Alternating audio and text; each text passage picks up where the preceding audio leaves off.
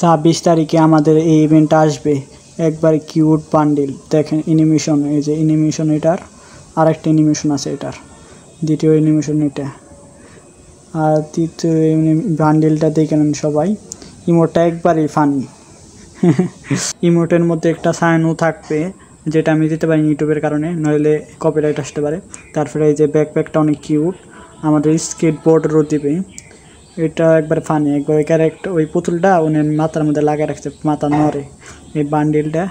এরপরে ইভেন্ট, এই যে ইভেন্টটা আসতে পারবে টাইগারের মাথা। আমার পোশাকটা ভালো লাগছে, প্যান্টটা আমার অতটা ভালো লাগে নাই, মাথাটা ভালো লাগছে। মাথাটা অ্যানিমেশন করছে এই বান্ডিলটা।